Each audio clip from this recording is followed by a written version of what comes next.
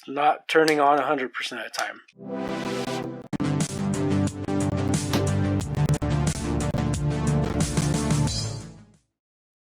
What's up everyone, welcome back to my channel, Retro Stash Repairs. Today I'm going to be building an ultimate Game Boy Advance mod.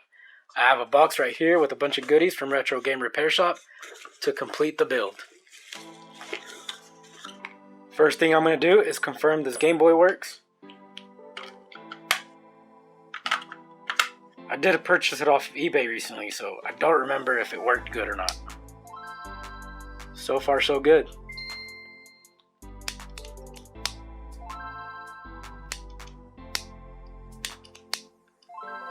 It's not turning on 100% of the time.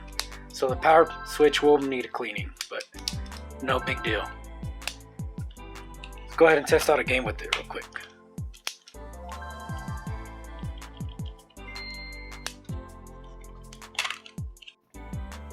I'm gonna go ahead and give this a quick clean.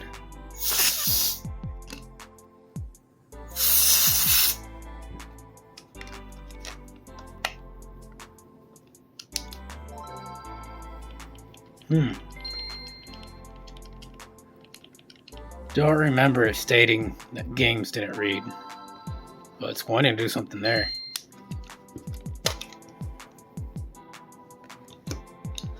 Let's try again.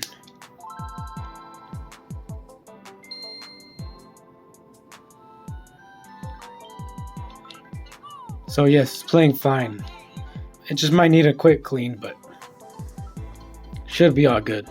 Alright, so I'm going to go ahead and start opening it up, get that power switch clean, and moved on with the rest of the mod.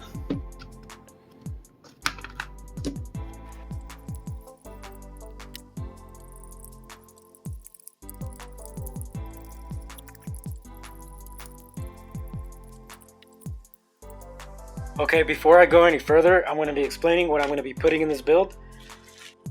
You know, nothing too fancy, just your basics for an ultimate GBA, which is a white glass screen lens,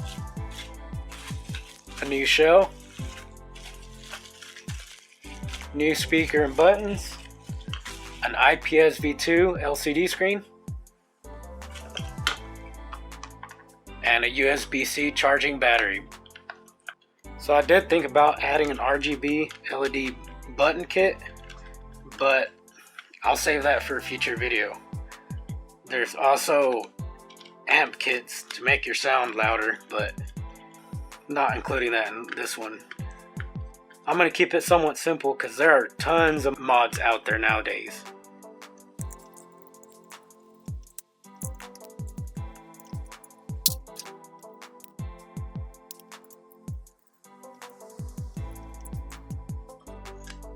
I'm going to go ahead and clean the power switch and remove the speaker so I can move on to the rest of the mod.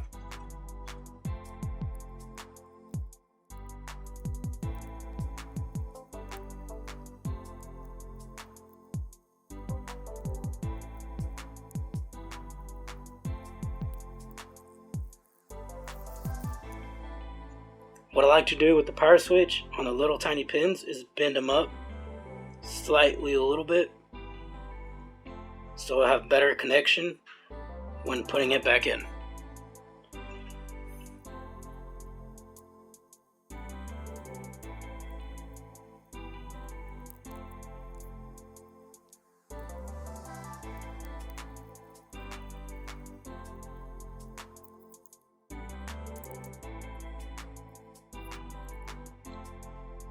Alright, so the board itself is done and ready. It's time to move on to the shell. Now, I will have to cut a hole out on the battery cover because on the battery mod, it did come with the hole. You know, a battery cover with the hole. But this shell, there was not any color options to match it. It's such a unique shell. I'll have to make my own hole. So I'll work on that next.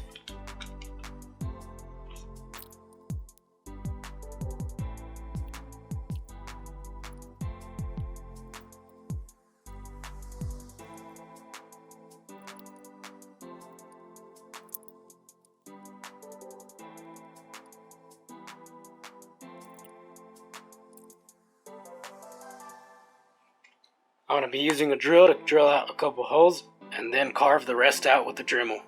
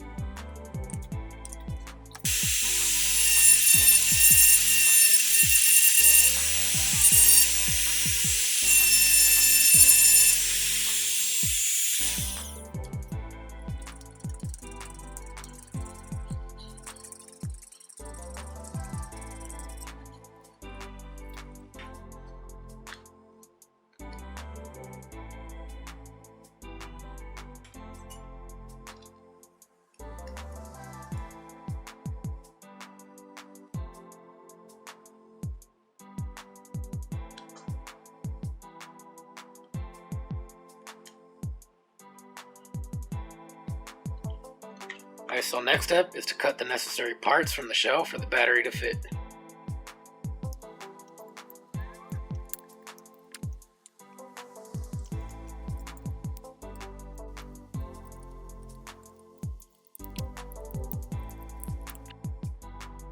The next thing is to start putting the screen in, the LCD, but before I do that, I'm actually going to have to test it out first. Here's what it all comes with: the ribbon cable, the LCD itself, the foam pad, and then as you can see here, that's why I said to test it out, because if you install it and then, oh, it didn't work, they're not obligated to replace it for you. Most of these companies work with you and are pretty cool, but you'll lose all chances of actually getting it replaced if it doesn't work. So what I need to do now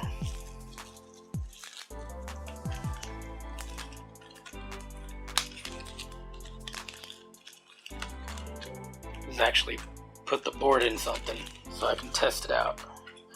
I already used the old shell for this. I'll actually be using the 40 pin side. You can actually use a 32 pin, but this board is 40 pin, so I'll be having to use the 40 pin side.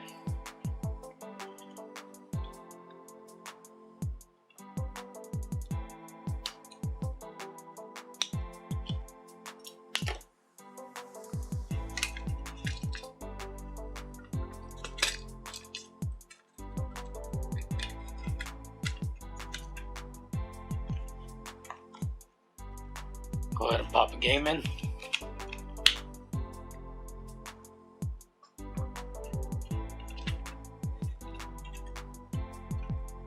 Put in some batteries.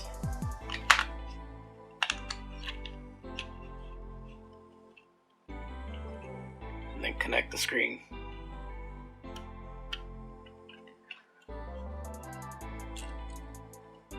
Alright, here we go. Awesome. It works great. There is some markings, but that's just part of the screen protector right here, which will be removed right before installing.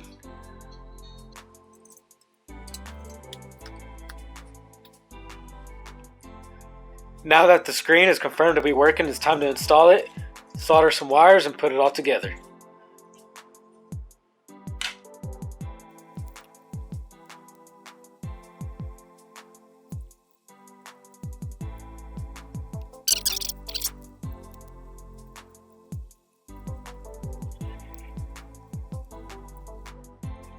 So now I'm going to pre-tin the solder pads and solder the wires.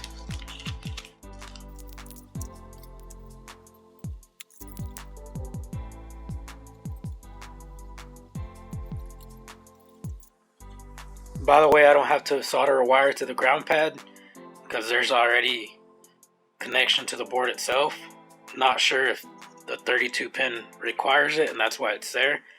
Probably, since it's a 40, but I don't have to worry about it since I do have a 40 pin board.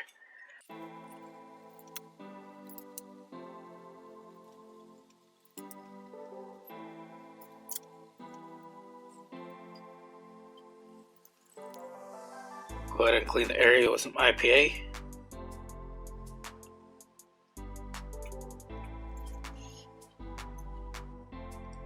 I'm actually going to add some Kapton tape to help prevent any shorts.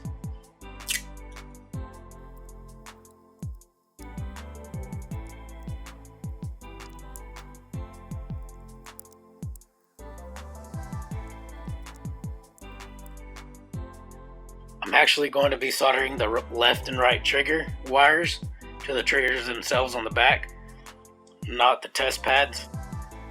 The test pad I am actually going to be using is the test pad 2 for the select button down here.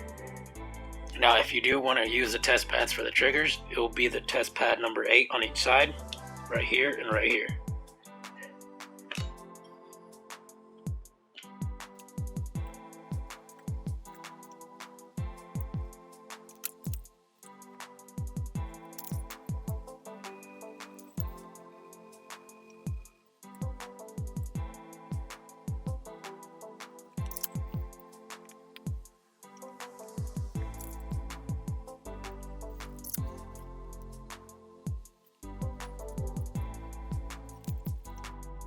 Now I'm actually going to be using some white buttons. I'm pretty sure they're from Funny Playing, but not too sure, don't quote me on it. It's been a while since I placed this order.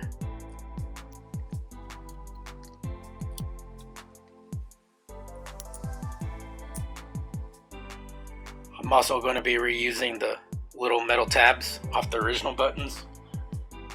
Original is always better.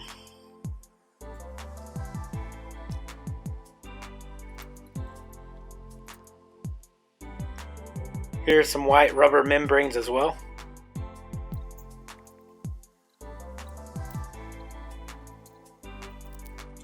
And now to add the LCD.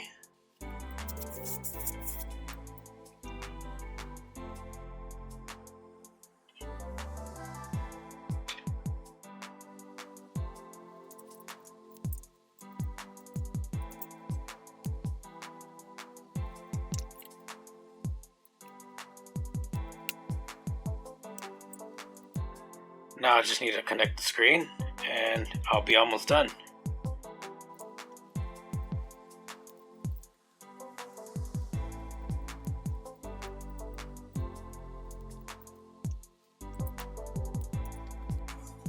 I'm actually going to add this foam it came with as well. See how that works out.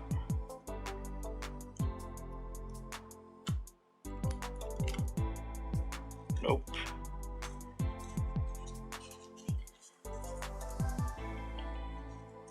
Just go ahead and cut some of this corner off.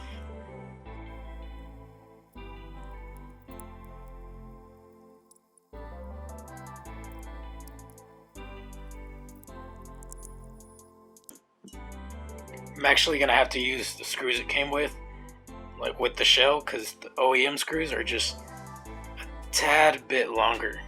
So that actually makes a difference. That first screw I put in is just not going in all the way.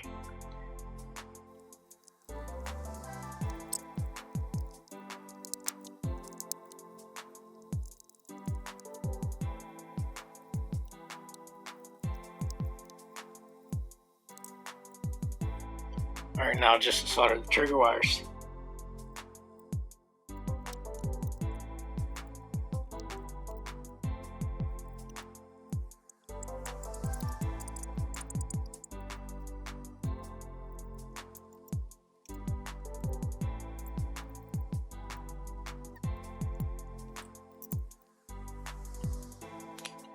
Okay, so I'm pretty much almost done. I just need to put the back shell, screws, and the USB-C battery mod on.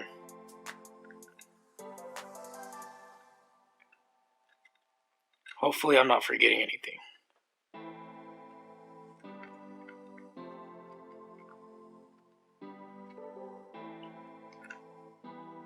I'm actually almost forgot the power switch. Or not the power switch, the power button.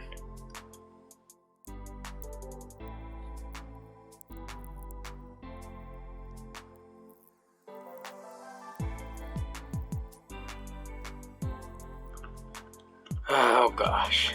Well, I knew I was forgetting something. I forgot the light tube.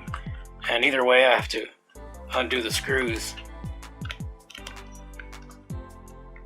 and take off the back of the shell because the buttons are just not being pressed. This one slightly is, but it's still too tight, so I might have to trim the shell a little bit, or the button, I'm not too sure.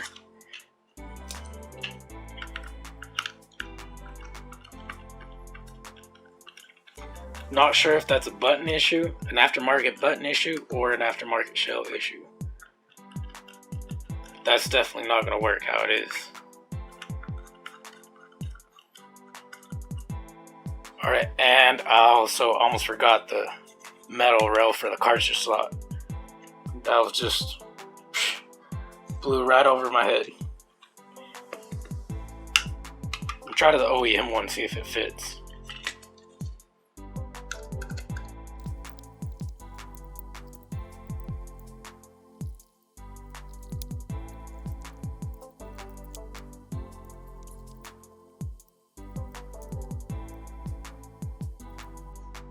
So now very carefully, I'm going to try my best to shave some of this off on the corners just so the buttons fit better.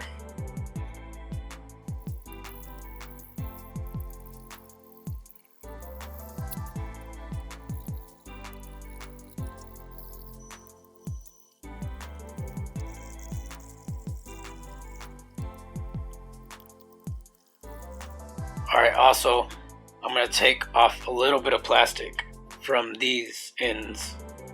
Hopefully that helps as well.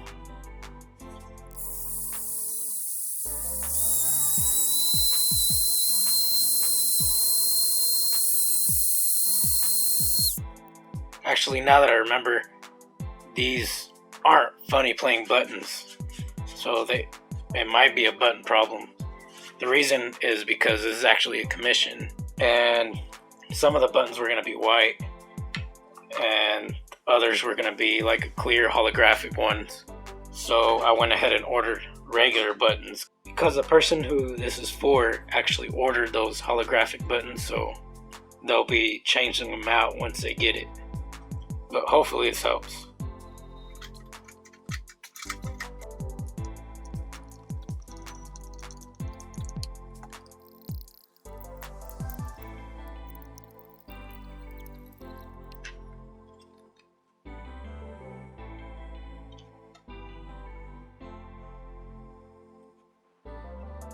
Okay, so after I took it apart once more, I shaved off part of where the hole slots go for the triggers, those little pins, and that made a huge difference.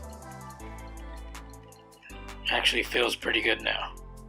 Not the best still, but a lot better than it was before. Unfortunately, ran into another problem. Seems like the power button is just too tall and the shell isn't closing quite right there. So I also as well will have to shave some of that off, some of the plastic.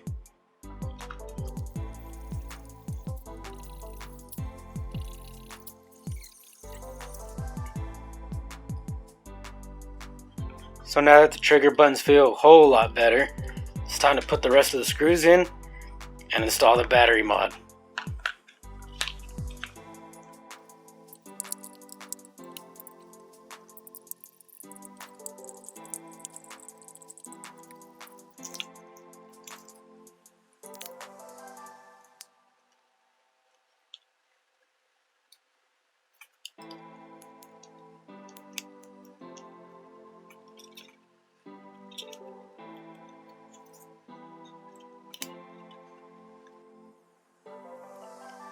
This one actually comes with a heat sink. Remember the original ones, I don't think they came with one, so this is pretty nice.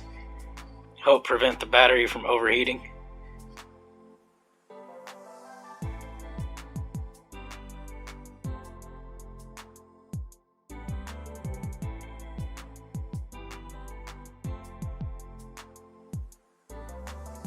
Well, only thing left to do now is to power it up and see how it does.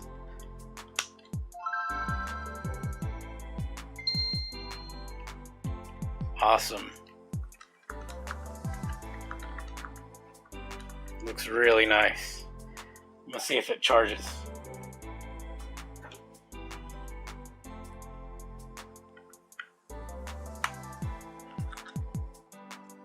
Yep, it's charging. So now I have to put the decals on it, as well as take off the plastic.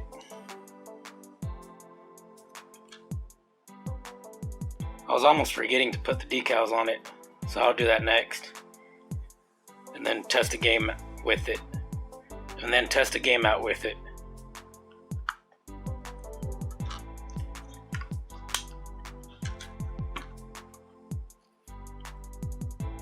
So I have these really nice ones from Retro Game Repair Shop.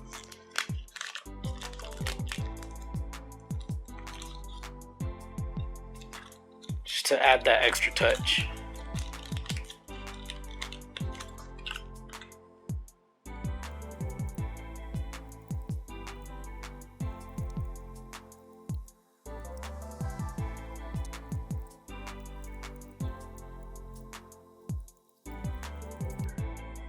Last thing to do is to remove the screen protector.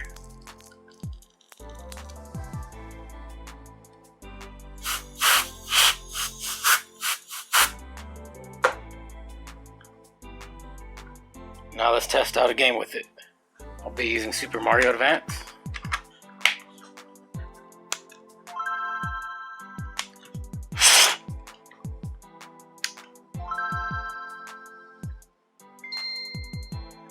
Nice.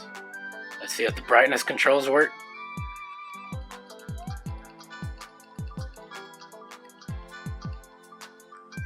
Yeah, it all works fine.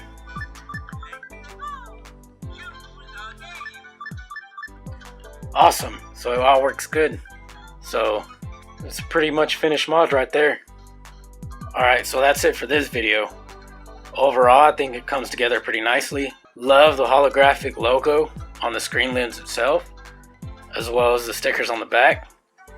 Just overall, it looks very aesthetically pleasing, at least in my opinion. But maybe this isn't your cup of tea, but there's a bunch of mods out there that you can do.